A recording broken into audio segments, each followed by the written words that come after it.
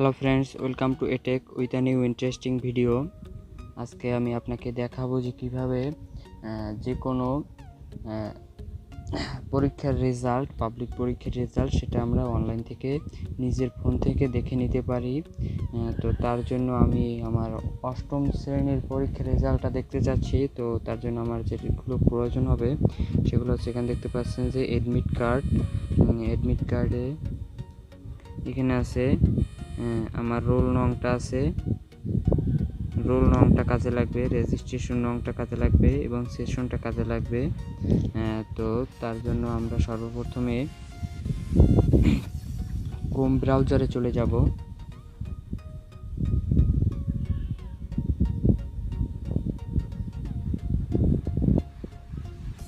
Chrome ব্রাউজারে আসার পর এখানে আমরা সার্চ করব যে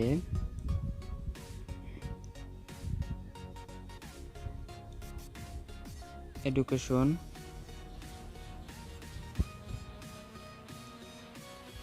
বোর্ড রেজাল্ট লিখে আমরা সার্চ করব। সার্চ করার পর উপরে যে আমাদের যে ওয়েবসাইটটি চলে আসছে, দেখতে পাচ্ছেন যে educationboardresults.gov.bd। তো আমরা এটাই ক্লিক করব। তো এটা ক্লিক করার পর এরকমের একটা ইন্টারফেস আমাদের সামনে চলে আসবে এরকমের। তো আমরা এখান থেকে একটা ফর্মগুলো পূরণ করতে হবে। তো তার জন্য প্রথমে আছে, উপরে আছে এক্সামিনেশন, মানে কোনটা এসএসসি, এসএসসি নাকি জেএসসি না জেডিসি সেটা আমাদের দিতে হবে। তো এটার জন্য এখানে ক্লিক করতে হবে। ক্লিক করার পর এখান থেকে দেখতে পাচ্ছেন যে আমরা এখান থেকে জেএসসি দিয়ে দিচ্ছি, যেহেতু অষ্টম শ্রেণীর। জেএসসিতে ক্লিক করলাম। তারপর ইয়ার, সেশন যেটা সেটা ক্লিক করতে হবে।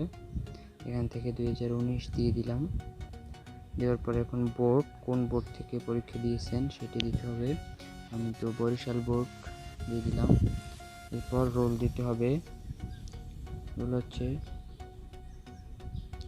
16/52। তো তারপর রেজিস্ট্রেশন নাম্বার দিয়ে দিতে হবে।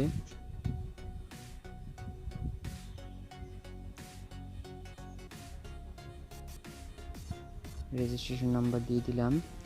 তারপর এখানে একটা রিক্যাপচা আছে যে 5+4 = হট। তো আমরা এটা দিতে হবে। 5+4 9। দেওয়ার পর এখান থেকে যে সাবমিট বাটন আছে, আমাদের এই সাবমিটে ক্লিক করতে হবে। তো সাবমিটে ক্লিক করার পর দেখতে পাচ্ছেন যে আমাদের রেজাল্ট শিটটি কিন্তু আমাদের কাছে চলে আসছে। এই যে দেখতে পাচ্ছেন এখানে আমার নাম, এখানে আপনারটা দিলে আপনার নাম শো করবে, আমার father name, mother name, date of birth, institute, result, 5 GPA বা গ্রেড শিট পুরোটাই কিন্তু এখান থেকে চলে আসছে। তো এইভাবে আমরা যে কোনো বছরের যে কোনো পরীক্ষার রেজাল্ট আমরা চেক করতে পারি। তো এই ছিল আমাদের ভিডিও। কেমন লাগলো কমেন্ট করে অবশ্যই বলবেন এবং আমাদের চ্যানেলটিকে সাবস্ক্রাইব করতে অবশ্যই ভুলবেন না। Thank you.